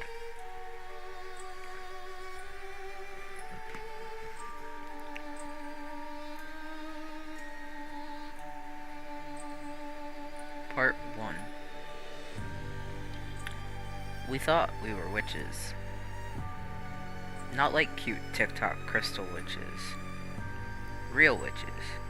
It was sophomore year. We were nobodies. The kind of girls who ate lunch under the bleachers and whispered about hexes and moon phases just to feel like we had something that mattered.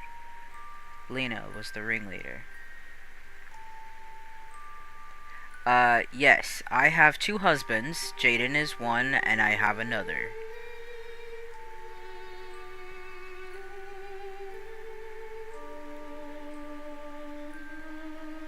I am polyamorous.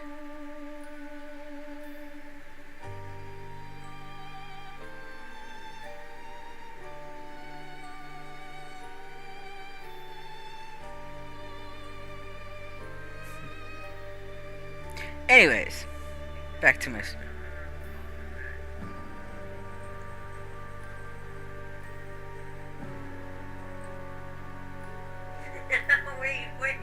wait, what? Busy, what? How does that make more sense? Oh, because I'm polyamorous? Yeah. Yeah.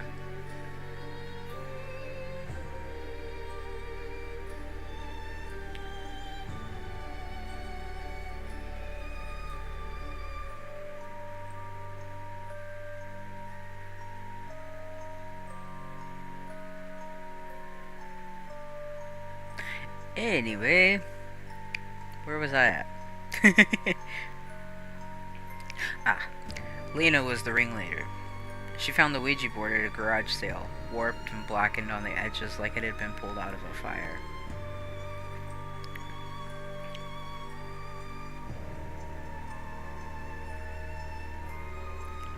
She said it used to belong to a real coven back in the 70s. And because we were 16 and stupid, we believed her. It was supposed to be harmless, just a sleepover ritual. We cut our fingers with a sewing needle, pressed them to the planchette, and chanted words Lena found in some old spell book. Words that didn't sound English or Latin, more like something you shouldn't say out loud. We asked the board to make us sisters forever, bound by blood, unbreakable. The planchette moved. Not just a nudge. It slammed across the board, spelling out letters so fast we couldn't keep up. It spelled a name. A fifth name. Sarah. None of us knew a Sarah. We laughed it off, called it a dumb spirit trying to crash our sleepover. Until the next day, at lunch, there were 5 seats at our table.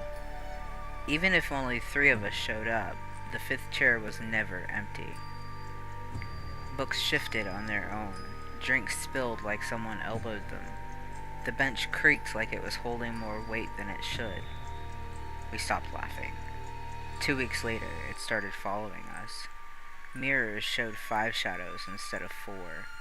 Dreams of chanting voices in our own throats whispering words we didn't know.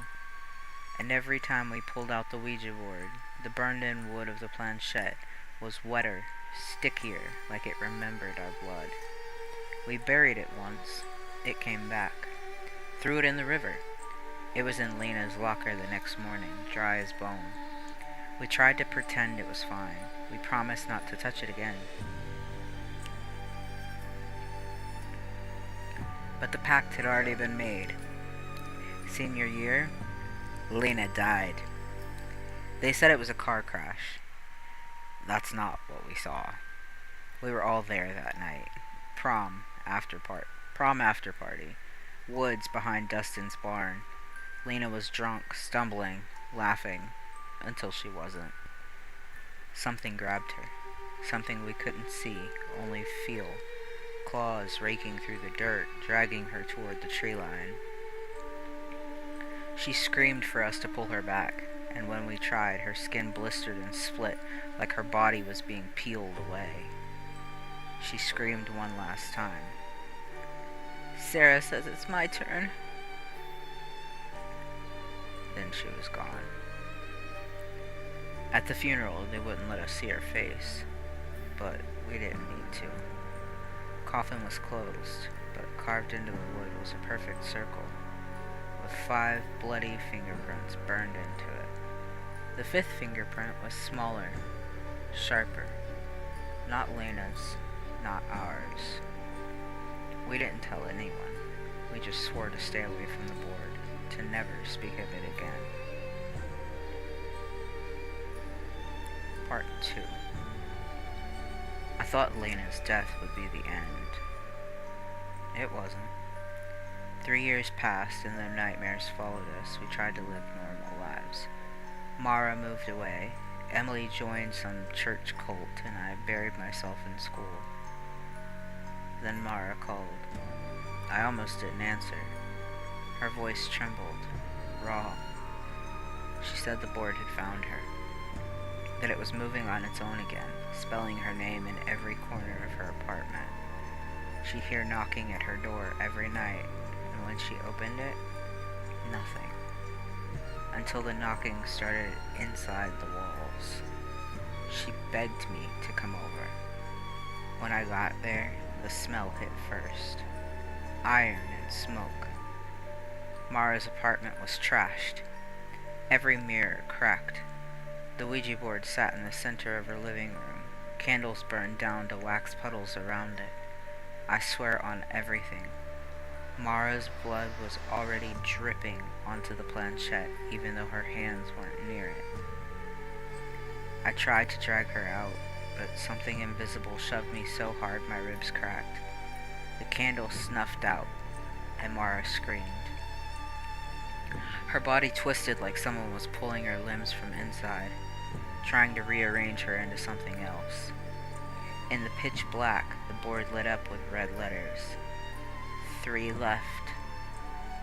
When the lights came back, Mara's body was gone.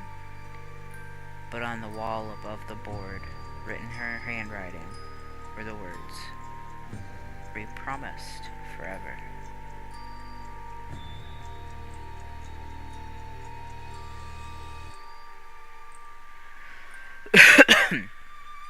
Pardon me. Part 3. Emily called next. She joined a fire and brimstone church after Lena died, convinced she could pray the curse away. When Mara vanished, she panicked, thinking she was next. She wasn't wrong. I drove 4 hours to reach her. The church smelled like incense and ash, lined with iron crosses and salt circles. Emily said the preacher knew how to break the pact. He tried. He poured holy water over the board, chanting Latin.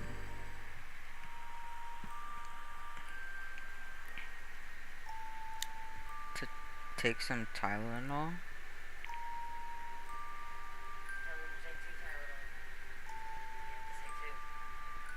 Yeah, only 2. If you're anything like Jaden, I swear to God.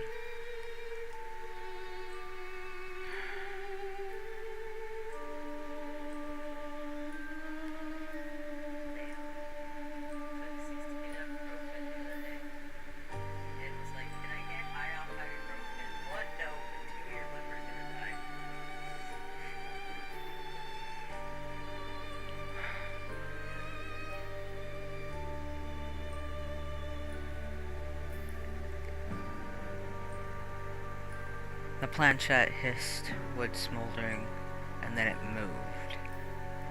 Faster than before. Yeah, that's not healthy. Your liver will shut down. God damn it, people. No. There are good drugs and there are bad drugs.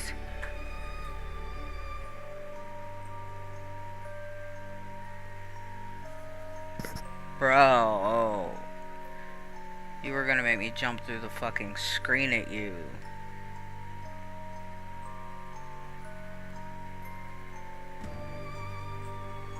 It's because you take too much fucking Tylenol. It screwed your brain up.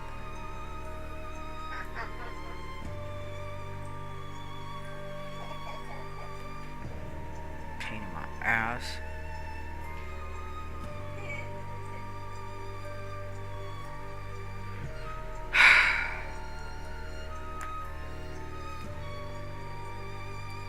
Two. That is the most that you can have. Every 6 hours.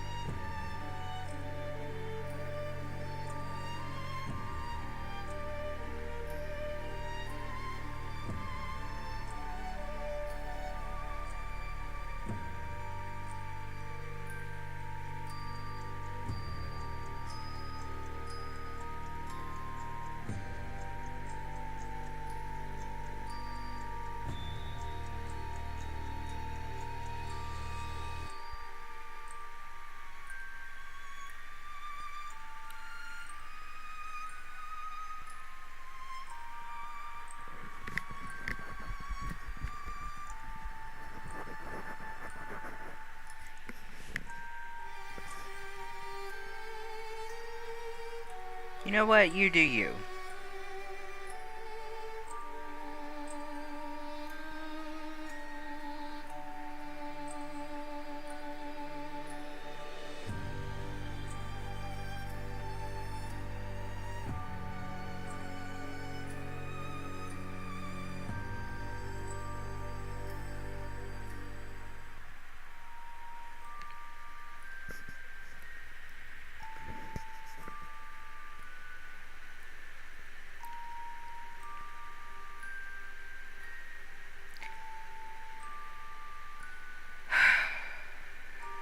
I am gonna finish my story.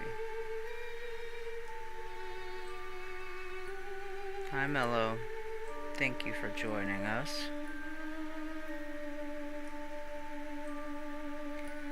Grounded? Yeah, I don't think the grounded is the correct term. I'm not gonna.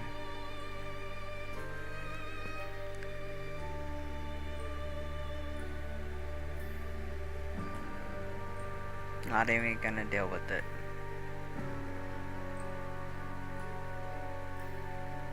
Not gonna waste my breath.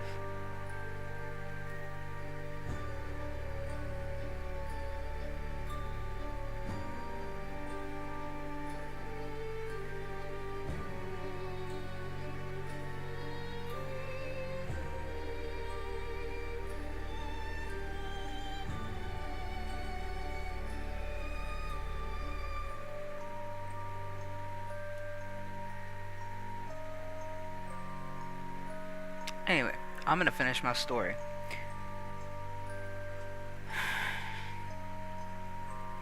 Drugs? You're on fucking Tylenol.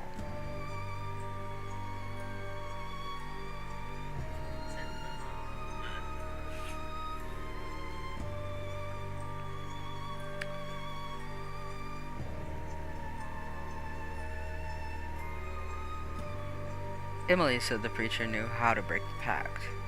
He tried. He poured holy water over the board, chanting Latin. The planchette hissed, wood smoldering, and then it moved. Faster than before, slamming across the board, carving gouges into it with each letter. Not broken, never broken. The preacher collapsed, choking on his own blood, his chest caving inward as if invisible claws crushed him. Emily clung to me, sobbing, saying she could see Lena and Mara standing in the corner, smiling too wide.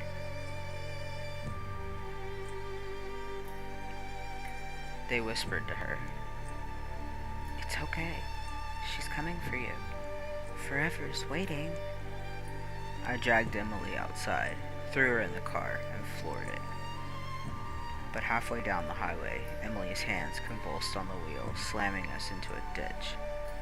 She was ripped from the car by a nothing human, nails carving symbols into the dirt as she screamed my name. And then, silence. When I crawled to where she'd been, I found the board waiting in the grass. 3 bloody fingerprints now burned into the wood, and my phone buzzing with a new message. To left.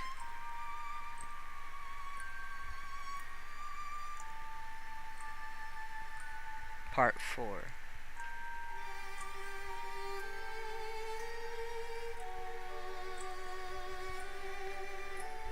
I didn't run this time.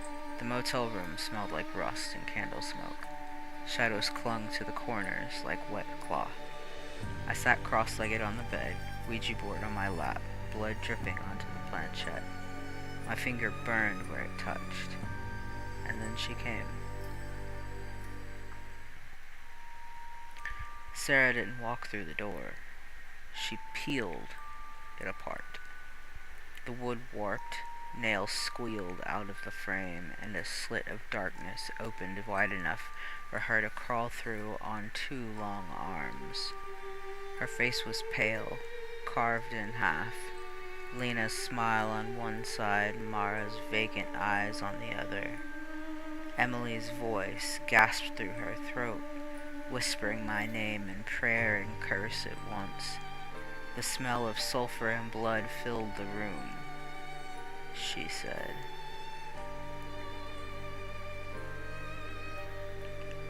You called us sisters. You bound your souls. And still you tried to leave. But I never leave unfinished work. Chains slithered from under the bed like serpents, wrapping my wrists, my ankles, my throat. I didn't fight. I didn't scream. I knew I was next. Sarah leaned close, her lips splitting into a dozen mouths, each one chanting the words we'd said as teens. Sisters forever, sealed in blood.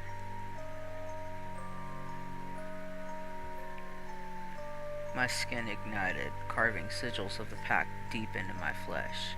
I felt my body splitting, my blood boiling, my bones breaking and rearranging. Not to kill me, but to remake me. The walls melted into black stone, hooks lined with torn fabric swung from chains above us. Lena's face emerged from the darkness, stitched into the wall, smiling like it didn't hurt anymore. Mara's voice cried out from a crucifix of bone. Emily's hands clawed from beneath the floor, grasping mine.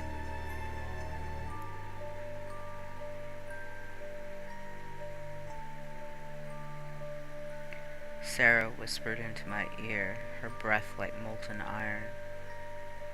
The craft was only a spell. This is devotion. The last thing I felt was the chains pulling me apart, every nerve screaming as they dragged me downward. When it stopped, there was no motel room. We were in a cathedral made of flesh and obsidian. Our 4 bodies were crucified on a circle of spines, our blood spilling into a central altar where Sarah stood, fully formed now, a young girl draped in veils of human hair, crowned with hooks. She pressed her clawed hands to my face, kissed my forehead with razor teeth, and said, "Now the circle is closed. Our coven is eternal." I should have felt pain. I should have felt fear. But as my heart synchronized with theirs, as our voices sang in one horrific harmony, I realized she wasn't lying. For the first time, we were truly bound. And even as my soul twisted into something inhuman, I smiled, because we were finally together, forever.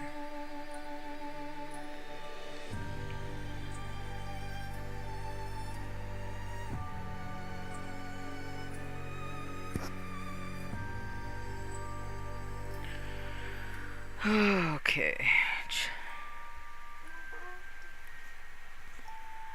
Ghost chocolate, please. I eat the fucking chocolate. I know. If Fizzy said that the chocolate won't go good, it's great for mellow, so it's there in spirit. That's it. It's chocolate.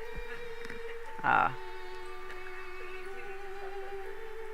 Yeah. It's like Count Choco. Thank you, Melo. You only caught half of it, too, so... Yeah. Like I said, that one was my favorite out of all of them. That's why I ended on it.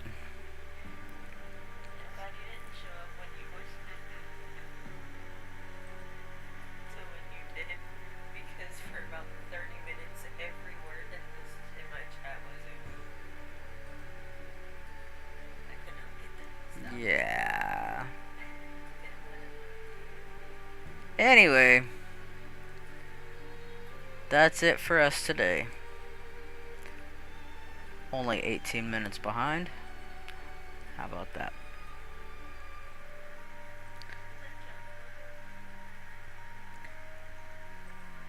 I appreciate y'all coming. Yeah, you came in at the end, Mello. Sorry. Yeah, Jaden's gonna be streaming here in just a little bit, so don't be too sad. But I'm done with the stories for today.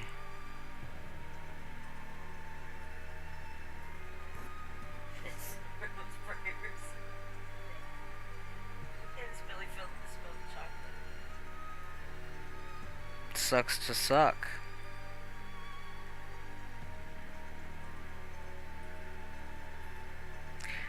Alright. There's my socials. Like and subscribe, follow, whatever. Do what you do.